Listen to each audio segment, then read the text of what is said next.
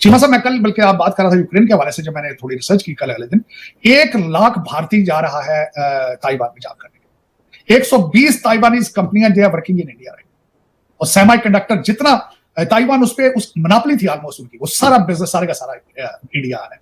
और आपका क्या ख्याल है, यूरोप या वेस्टर्न सिविलाइजेशन को ये चीजें चुभती नहीं चुभती? भारत इस वक्त जो है, जिस तरह आपने खुद फरमाया है कि ग्लोबल साउथ का एक प्रूवन बात है कि लीडर है, बल्कि मैं तो समझ रहा हूं कि जिस तरीके से उनकी ग्रोथ हो रही है, और चाइना की इकोनॉमी स्लगिश है, भारत का जो एक कंसिस्टेंट उनकी इकोनॉमी जो है उसका ग्राफ अगर देखा जाए, तो Bharat has risen from the global south to the top. मेरे ख्याल में जिस तरह सिक्योरिटी काउंसिल में उनकी सीट की परमानेंट बात की जाती है, they have become an international player, इसमें कोई शक ही नहीं है। दूसरा, अमेरिका कभी भी भारत को उस लेवल तक नहीं ले जाना चाहता, क्योंकि इनके पास भारत के अलावा ताइवान और चाइना का हाल ही कोई मौजूद नहीं। They cannot abandon India regardless। Bharat जितना भी इनका बाजू मरोड़ ले, भारत को ये नहीं छोड़ सकते। थोड़ी बहुत नाराजगी की इन्होंने पिछले दिनों में, वो भी बल्कि एक तो टोरंटो इसकी ट्रूडो की वजह से, और दूसरा खासकर मैंने आपको बताया था कि वेस्टर्न सिविलाइजेशन के अंदर इनको ये चुभती है भारत की जो इतनी सडन तरक्की कर रहा है तेजी के साथ। यहाँ पे ग्रुप ऐसे मौजूद हैं कंट्रीज के अंदर जिनको ये, और यहाँ पे खुद अमेरिका के अंदर भी होपलेस फील कर रहे हैं ऑलरेडी। इस वक्त 50 से ज्यादा बड़ी कॉर्पोरेशंस के सीईओ जो है भारतीय। So this is they are ultimately, Cheema साहब आप खुद सोचें क्या सोचते होंगे। तो वो उसके फिर कभी इनका दिल करता है कि हम गुस्सा करें वो, लेकिन इनके पास ताइवान और चाइना को काउंटर करने के लिए they don't have any choice, कोई चॉइस नहीं है अफसोस के साथ। तार साहब, इस वक्त दुनिया का जो सबसे बड़ा इवेंट है वो इटली में हो रहा है, G7। और ये तार साहब जरा इस पे कमेंट करें कि G7 ने हर मुल्क को ग्लोबल साउथ से बुलाया है। एक तो उन्होंने पाकिस्तान को तो मुंह ही नहीं लगाया, उन्होंने कीनिया को भी बुलाया। शायद हम उन मुल्कों को कुछ समझते ना हो तार साहब, उन्होंने उनको भी बुला लिया एज ए ऑब्जर्वर। शायद हम चाइना ब्लॉक में चले गए हैं इस वजह से तार साहब। और दूसरा बताएं कि नरेंद्र मोदी को बताया ये जा रहा है, कहा ये जा रहा है कि ग्लोबल साउथ के लीडर के तौर पे वो इनवाइट कर रहे हैं, क्योंकि उनको पता है कि ये यूरोपियंस एंड अमेरिकन अब अफ्रीका में उस तरह इन्वेस्टमेंट नहीं कर रहे, तो इंडिया का जो डिप्लोमेटिक एंड पॉलिटिकल कैपिटल है उससे फायदा उठाया जाए। चीमा साहब, G7 पे मैं बात करना चाहूंगा। पहले तो करेक्शन करना चाहूंगा कि पाकिस्तान किस ब्लॉक में है। पाकिस्तान उसी ब्लॉक में जहां था, और उस ब्लॉक का नाम है डॉलर ब्लॉक। जहां से पैसे मिल जाए हम उस ब्लॉक में होते हैं। इसमें हमारा चाइना के साथ कोई रिश्तेदारी नहीं है। आपको पता होना चाहिए कि हमारे मुर्शिद पाक ने बिल्कुल सील कर दिया था, सीपैक को बंद कर दिया था, प्लेट में रख के हर चीज अमेरिका को दी थी। तो हमारा ब्लॉक डॉलर ब्लॉक है, हमारा कोई ब्लॉक दूसरा नहीं है। एक तो ये तस्वीर है, और बाकी ये बात ठीक है। इस वक्त हम दोनों साइडों पे जा रहे हैं। चाइना गए हैं प्राइम मिनिस्टर साहब कि शायद वहां से कोई अच्छी बिड आ जाए। अब बिडिंग हो रही है आजकल, क्योंकि जब से भारत के अमेरिका के साथ रिलेशनशिप थोड़े खराब हुए हैं, हम बिडिंग करा रहे हैं। चाइना अच्छे पैसे दे देगा तो वहां चले जाएंगे, IMF अच्छे पैसे दे देगा तो उनके साथ चले जाएंगे, हमें क्या फर्क पड़ता है। तो इस वजह से उन्होंने दर हकीकत डॉलर ब्लॉक के लोगों को शायद फासले पर रखा। यही शायद वजह है कि G7 ने हमें नहीं बुलाया। अब इसमें इस दफा कई चीजें मुतनाजा हो रही हैं यूरोप के हवाले से। जॉर्जियो मेलानी एक हीरो बन के सामने राइज कर रही हैं वो। हालांकि वो खुद फार राइट, अपने एक छोटी सी पार्टी है इटली की, फार राइट वहां से आई है। लेकिन अमेजिंग चीज में यहाँ जो देखने में मिल रही है, मैं अभी तफसील में इसमें आता हूँ कि इस वक्त G7 क्या कर रहा है, वहां पे किन चीजों पर बात हो रही है। इस वक्त वहां देखा जाए तो ना सिर्फ मोदी साहब है वहां पे, इस वक्त ज़ेलेंस्की जो इस वक्त यूक्रेन के जो है सदर, वो भी वहां मौजूद है।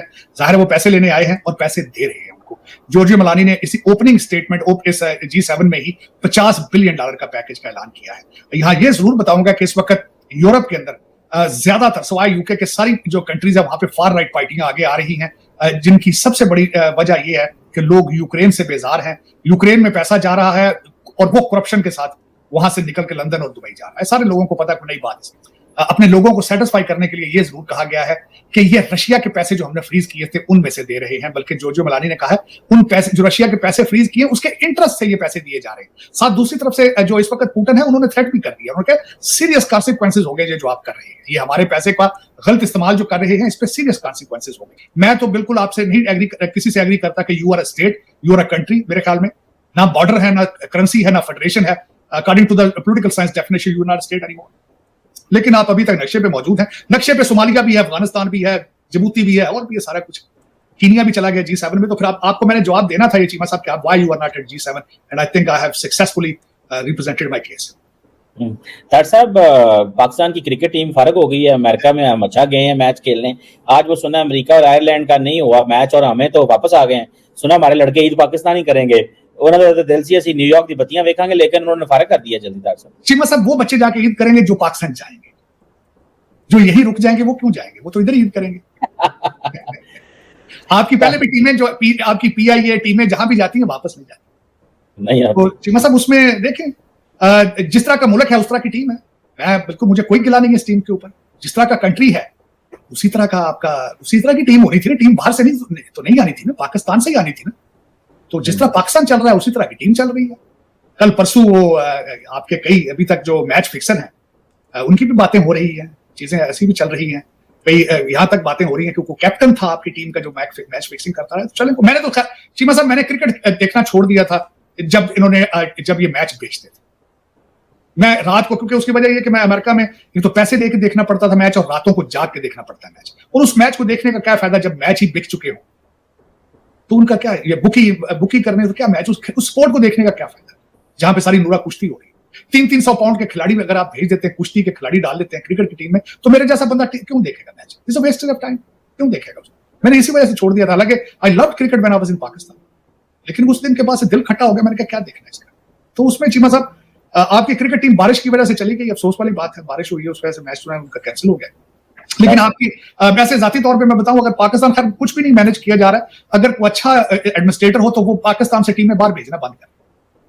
ये नेशनल एम्बैरेसमेंट है। आपकी टीमें जो है ये कौम को मजीद मायूस करती हैं। पहले ही बहुत मायूस है वो जो कौम तो है नहीं, वो जो आपका जो इस group of people called Pakistani पहले ही बहुत मायूस है। उनको मजीद बार बार उनको जुतियां पानी च पे के मारन लगे हो। बस करो, छड़ दो यार, इन्होंने बाहर भेजना, टिकटां ते भेजना, सिफारिशी रिश्तेदार। एक खिलाड़ी का सुना कुछ 6 बंदे साथ उसके आए, उसकी फैमिली के, एक खिलाड़ी के, उसके बहन, उसकी भाभियां, उसका बाप, उसकी मां, पता नहीं वो लुट पई यार। और इत्थे आगे हारन लगे हो तुसीं। फिजिकली फिट, साइकोलॉजिकली अनफिट, रोन लग पैंदे ने टीम। 300 पाउंड वेट इन्हां दा, कोई ना टीम है ना कोई खिलाड़ी है ना। एक और इंपॉर्टेंट क्वेश्चन है, पाकिस्तान ने फैसला किया है कि जो स्विट्जरलैंड यूक्रेन के ऊपर एक समिट करा रहा है, पाकिस्तान उस समिट में नहीं जाएगा। पाकिस्तान कहता है कि हम न्यूट्रल हैं। डॉक्टर साहब, इसका मतलब ये है कि हमने तो वेस्ट को ये कहना, आपको मैं बताता चलूं कि स्विट्जरलैंड जो है वो यूक्रेन के ऊपर एक समिट होस्ट कर रहा है अभी 15 और 16 जून को। अब डॉक्टर साहब इंपॉर्टेंट चीज ये है कि पाकिस्तान कहता है जी हम तो न्यूट्रल हैं, हम उस समिट में नहीं जाएंगे। पाकिस्तान ने आज अनाउंसमेंट कर दी है। मेरा ख्याल है नरेंद्र मोदी तो जा रहे हैं। मोदी साहब के रशिया से अच्छे ताल्लुकात हैं ना, हमारे अमेरिका से ताल्लुकात अच्छे हैं ना, अच्छे हैं हमारे हम किस चीज के न्यूट्रल हैं? साहब हम तो फिर प्रो चाइना हो गए ना, चाइना ब्लॉक में चले गए हैं। नहीं चीमा साहब, नहीं, आपने असला दिया यूक्रेन को, गोले भेजे, पैसे दे दिए, अमेरिका ने आपको पैसे दिए तो आपने असला भेजा। आप न्यूट्रल तो नहीं है। हाँ, कोई पैसों वाली बात हो तो शायद हम चले जाए। वो वहां पे स्विट्जरलैंड को घड़ियां छड़ियां चॉकलेट का कोई लालच दें तो हम शायद चले जाए। हम वहां ऐसी जगह नहीं जाते जहां से पैसे या कुछ चीजें ना मिले। ये सिर्फ बात है। मैं पहले भी आपको कहा था, हम डॉलर बेस इकोनॉमी है ना, डॉलर बेस। हम तो डॉलर दिखाएं। आप हमें अभी कोई स्विट्जरलैंड से कुछ चीज दिखाएं तो हम बगैर बुलाए चले जाएंगे क्या? आप बुलाने की तो जरूरत ही नहीं है हमें। हाँ, लेकिन आपने यूक्रेन के अंदर अपना हिस्सा बहुत डाला है। आपने वहां गोले दिए उनको, क्योंकि उनका सिस्टम रशियन थी चीजें उनके पास, और आपके पास रशियन पुराने गोले पड़े हुए थे। आपने अमेरिका के कहने पे पैसे दिए, IMF के कहने। आप किस तरह न्यूट्रल है? हाँ, अगर कोई वहां से कुछ पैसे मिलते हो तो हम बगैर बुलाए भी आने के लिए तैयार है, ऐसी तो कोई बात नहीं है। लेकिन चीमा साहब, you have become irrelevant, you have become a liability to the world, you have become liability. आपके प्राइम मिनिस्टर साहब खुद कह चुके हैं कि दुनिया के जो लीडर है मेरा फोन नहीं उठाते। क्यों उठाएंगे फोन आप? Because you are liability. अब जब भी कहते हो ना, आपका स्लोगन क्या है? आपका स्लोगन ये है कि आप हमारे घर आओगे तो क्या लेकर आओगे, हम तुम्हारे घर जाएंगे तो क्या दोगे। तो फिर आपको कौन बुलाएगा भाई? कौन बुलाएगा? अफसोस के साथ है ये, आपको तो मेरे ख्याल बुलाना भी नहीं चाहिए किसी को। ये ज्यादती करने वाली बात है, क्योंकि आप कपड़े उतार के ले आएंगे जहां भी जाएंगे, आप किसी के तो फायदा नहीं। लेकिन चीमा साहब देखें, जिस बंदे के बारे में शवाहिद मौजूद हो कि 1 अरब रुपया किसी ने दिया है, सुना वो तो जहाज भर के गए थे। मोहम्मद सलाई साहब के बारे में मुझे कंफर्म तो नहीं है, एलिगेशंस हैं उनके ऊपर कि वो जहाजों के जहाज भर के यहां से गए थे। लेकिन एक बंदे का 1 अरब रुपए की करप्शन की बात हो और उसका कुछ भी ना हो, कौम की सेहत पैसा ही कोई ना हो, वो जाने का उसको जाना चाहिए कहीं? अदालतें आपकी हर पार्टी की अपने अपने जज हो, हर पार्टी के अपने अपने जज हो, सूबे एक दूसरे के खिलाफ बगावत का ऐलान कर चुके हो, पड़ोसी किसी के साथ रिलेशनशिप ठीक ना हो, लुट मार हो, जो चलाने वाले हो वो सारे कैरी ऑन बैग के साथ अब तैयार होकर बैठे हो रिटर्न टिकटें लेकर। वहां किसी को बुलाना चाहिए? Why should they, why would they? लेकिन चले चीमा साहब, आपने कहते अपनी किस्मत की लकीरें आपने खुद ही बना ली हैं। जिस तरह 76 साल से हो रहा था उसी तरह चल रहा है। लेकिन हालात अब मेरा ख्याल है बहुत पस्ती के। IMF आखिरी सांसों तक वो कहते हैं ना, वो आपको इतने पैसे दे देते हैं कि आप ना जिंदा रहे ना मरे। आप देख लें, आपका बजट जो देख लें आप। मैं बजट के हवाले से एक बात करना चाहूंगा, बल्कि पता चला, मैं उस पर एहतजाज रिकॉर्ड कराना चाहूंगा। चीमा साहब, सुना है जो टैक्स नॉन पेयर है उनके थाईलैंड जाने पर पाबंदी लगा दी गई। थाईलैंड नहीं जा सके। सर साहब आजकल पाकिस्तान में बड़ी मीम्स बन रही हैं कि नॉन फाइलर को चपेट 10 चपेटे सुबह मारे, 10 चपेटे शाम को मारे। जो मर्जी एक कतबे के ऊपर लिखा हुआ था मरहूम नॉन फाइलर था, मतलब आप तो फाइलर नॉन फाइलर की यहाँ पे वो मीम्स बन रही है, मैं आपको क्या बताऊं। मैं एहतजाज रिकॉर्ड करूंगा कि जो मर्जी कर लें, थाईलैंड ना जाने से बंद करें। थाईलैंड हमारे पाकिस्तानी बहुत जाते हैं शौक से, बड़ी घूमने फिरने की जगह। मेरा एहतजाज रिकॉर्ड प्लीज कर लें ऑनलाइन कि थाईलैंड की इजाजत दे दें, सऊदी अरब जाए उम्रे बंद कर दें, थाईलैंड ना बंद करें। मैं आज सच के ना दौरा हो गया है कि थाईलैंड चले।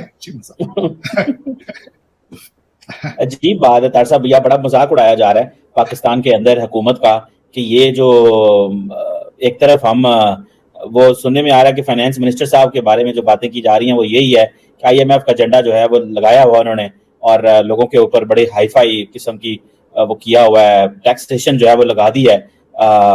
देखते हैं उसमें क्या बनता है तार साहब। लेकिन अहम जो सवाल इस वक्त बनता है तार साहब, वो India seems back in the game जो मैं आपसे बात करना चाहता हूं, उसकी वजह यह है कि जैक सुलिवन इंडिया जा रहे हैं और जैक सुलिवन के साथ जो एक बड़ा अहम बंदा है डेमोक्रेट्स का, उसका नाम है Kurt Campbell, is a deputy secretary of state. उसने हिलरी क्लिंटन के साथ भी 2008 से 12 काम किया था और उसने एक बुक लिखी थी द पिवट, जो बेसिकली अमेरिका की जो एशिया पैसिफिक जो डॉक्ट्रिन है उसको करती है। ये तार साहब, ये जो जैक सुलिवन आ रहे हैं ये तो नेशनल सिक्योरिटी एडवाइजर हैं और बाइडेन के बहुत करीब हैं। तार साहब क्या है ऐसा आप समझते हैं कि जो वो इंडिया को देना चाहते हैं? कोई कह रहा है क्रिटिकल टेक्नोलॉजीज की बात हो रही है, कोई ये कह रहा है कि इंडिया से फेवर्स लेना चाहते हैं, कोई ये कह रहा है कि जो India middle east economic corridor है उसको लेके चलना चाहते हैं। अभी तो नरेंद्र मोदी जो हैं वो उन्होंने हल्फ उठाया तो अमेरिकन भाग पड़े हैं, इसको कैसे देखते हैं खासतौर पर ये जो थर्ड टर्म के हवाले से? जी मतलब थर्ड टर्म के हवाले से खासकर, बल्कि एक मैं बात इसमें G7 समिट का एक और मेजर जो कंपोनेंट था वो CPEC के मुकाबले में जो इनका अपना पहले अमेरिकन और दूसरे एलाइज का जो एक उसका काउंटर इन्होंने किया था, उसको वाकई आप बिल्कुल सही फरमा रहे हैं कि उसको भी अगली फेज पे लेके जाना चाहते हैं। They want to counter the CPEC। तो एक तो उस एजेंडे में करें तो भारत सबसे पहले आ जाए, दूसरा अमेरिका कभी भी भारत को उस लेवल तक नहीं ले जाना चाहता क्योंकि इनके पास भारत के अलावा ताइवान और चाइना का हाल ही कोई मौजूद नहीं। They don't have, they cannot abandon India regardless। Bharat जितना भी इनका बाजू मरोड़ ले, भारत को ये नहीं छोड़ सकते। थोड़ी बहुत नाराजगी की इन्होंने पिछले दिनों में, वो भी बल्कि एक तो टोरंटो इसकी ट्रूडो की वजह से, और दूसरा खासकर मैंने आपको बताया था कि वेस्टर्न सिविलाइजेशन के अंदर इनको ये चुभती है भारत की जो इतनी सडन तरक्की कर रहा है तेजी के साथ। यहाँ पे ग्रुप ऐसे मौजूद हैं कंट्रीज के अंदर जिनको ये, और यहाँ पे खुद अमेरिका के अंदर भी होपलेस फील कर रहे हैं ऑलरेडी। इस वक्त 50 से ज्यादा बड़ी कॉर्पोरेशंस के CEO जो है भारतीय। So this is they are ultimately, Cheema साहब आप खुद सोचें क्या सोचते होंगे। तो वो उसके फिर कभी इनका दिल करता है कि हम गुस्सा करें वो, लेकिन इनके पास ताइवान और चाइना को काउंटर करने के लिए they don't have any choice, कोई चॉइस नहीं। अफसोस के साथ ही मैं कहूंगा इनके पास कोई चॉइस होता तो ये कभी इतना ना करते, जैक सुलिवन आज भारत ना जाता या फिर ये इतना बर्दाश्त ना करते, लेकिन इनके पास कोई चॉइस नहीं और इन्होंने भारत के साथ करना ही करना, चाहे जितना मर्जी भारत जो मर्जी। देखिए सबसे बड़ी बात है किस तरह बर्दाश्त किया इन्होंने जो भारत ने रशिया से खुल के तेल लिया, जो जिस तरीके से यहाँ जयशंकर साहब ने फौरन दौरा किया जब इन्होंने यहाँ पे खालिस्तानियों का काम किया था, वो मास्को गए थे, लेकिन चुप कर जाते हैं। उसकी वजह यह है कि इनके पास चॉइस नहीं, they don't have any choice. तो वो भारत के साथ रिलेशनशिप बेहतर होंगे, बल्कि आगे रिपब्लिकन आएंगे तो हालात मजीद बेहतर हो जाएंगे। अब भारत इस वक्त जो है, जिस तरह आपने खुद फरमाया है कि ग्लोबल साउथ का एक प्रूवन बात है कि लीडर है, बल्कि मैं तो समझ रहा हूँ कि जिस तरीके से उनकी ग्रोथ हो रही है और चाइना की इकॉनमी स्लगिश है, भारत का जो एक कंसिस्टेंट उनकी इकॉनमी जो है उसका ग्राफ अगर देखा जाए तो Bharat has risen from the global south to the top. मेरे ख्याल में जिस तरह सिक्योरिटी काउंसिल में उनकी सीट की परमानेंट बात की जाती है, they have become an international player, इसमें कोई शक ही नहीं है। चीमा साहब मैं कल बल्कि आप बात कर रहा था यूक्रेन के हवाले से, जब मैंने थोड़ी रिसर्च की कल अगले दिन, 1 लाख भारतीय जा रहा है ताइवान में जॉब करने। 120 ताइवानीज कंपनियां जो है वर्किंग इन इंडिया राइट, और सेमी कंडक्टर जितना ताइवान उस मोनोपोली थी ऑलमोस्ट उनकी, वो सारा बिजनेस सारे का सारा इंडिया आ रहा है। और आपका क्या ख्याल है, यूरोप या वेस्टर्न सिविलाइजेशन को ये चीजें चुभती नहीं? और ये उनकी देखें 2 चीजें होती है साहब, तरक्की के लिए बहुत जरूरी एलिमेंट जो है, बहुत जरूरी एलिमेंट है वो आपके कंट्री के अंदर लॉ एंड ऑर्डर और हालात पीसफुल। जहां झगड़े होंगे, दहशतगर्दी होगी, वहां से पैसा भाग जाएगा, कारोबार भाग जाएगा। ये फंडामेंटल। मैंने अगले दिन आपके साथ जब बैठ के बात की थी, नायब बखले जो अल सल्वाडोर के हैं, उनसे इंटरव्यू जब किया था टक्कर कार्लसन ने, तो उन्होंने कहा था मेरी पहली टर्म में मैं सिर्फ पीस रिस्टोर कर रहा था, लॉ एंड ऑर्डर। दूसरी टर्म पे इकोनॉमी पे बात करूं, आपको भी पता है, सब पता है, आपके जितने आपके सेक्रेटरीज हैं, जितने आपकी स्टैब्लिशमेंट हैं, जितने जर्नल हैं, सबके पास मास्टर डिग्रियां वेस्टर्न कंट्रीज की हैं, सब पता है।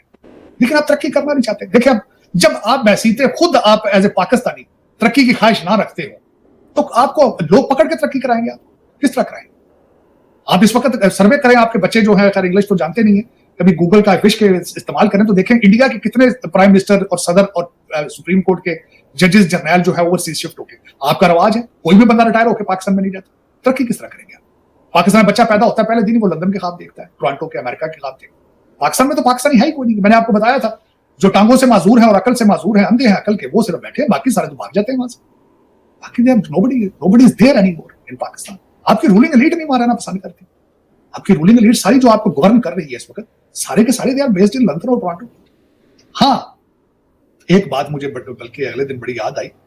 चीमा साहब, किसी ने कहा है कि अगर कोई डॉक्टर बनना चाहे वो डॉक्टर बन सकता है, कोई वकील बनना चाहे वकील बन सकता है। हाँ, अगर कोई बेवकूफ बनना चाहता है तो वो बेवकूफ बन जाता है। आपके 25 करोड़ लोगों की यही ख्वाहिश है।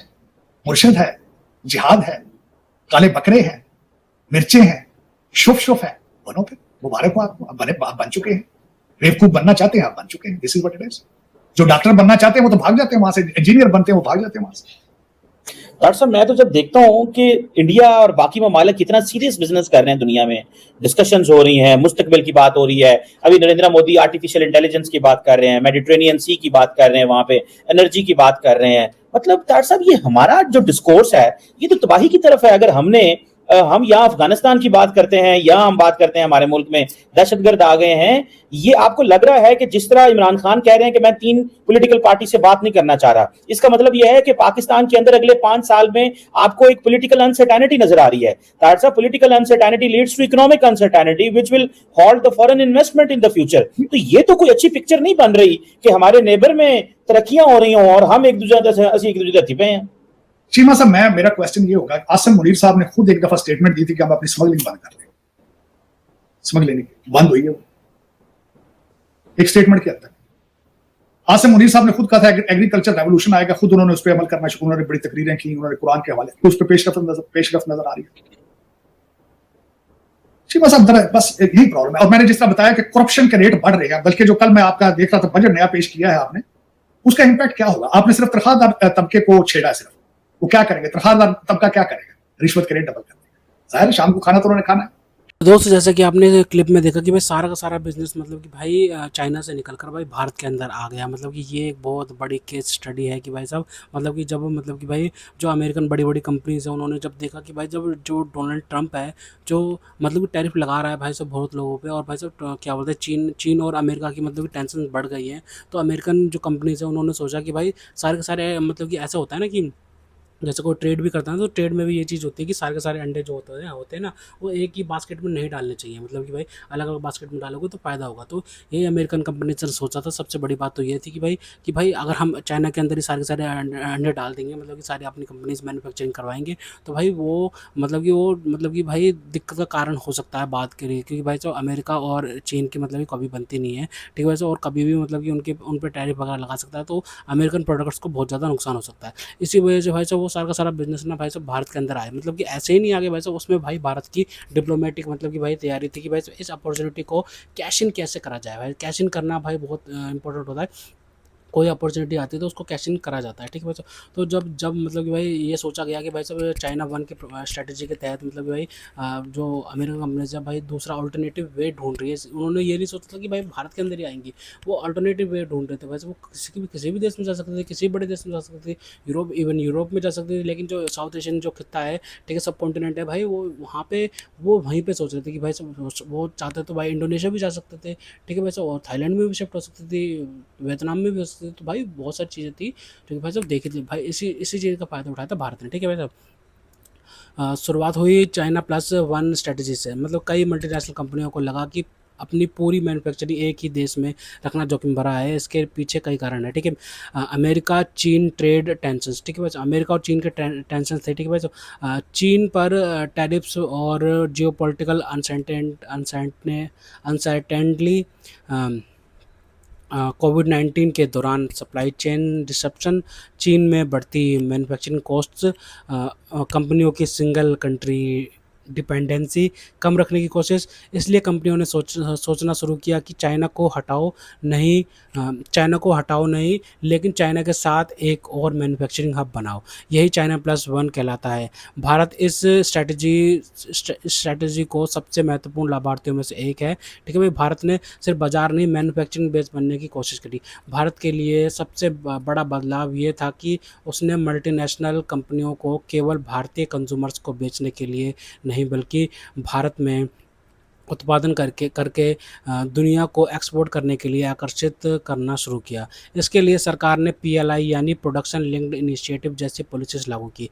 इसका सरल मॉडल था, भारत में उत्पादन बढ़ाना, इन्वेस्टमेंट्स करो, एम्प्लॉयमेंट और एक्सपोर्ट्स बढ़ाओ, इनिशिएटिव पाओ। ठीक है, इलेक्ट्रॉनिक्स सेक्टर में इसका प्रभाव काफ़ी स्पष्ट दिखाई देता है।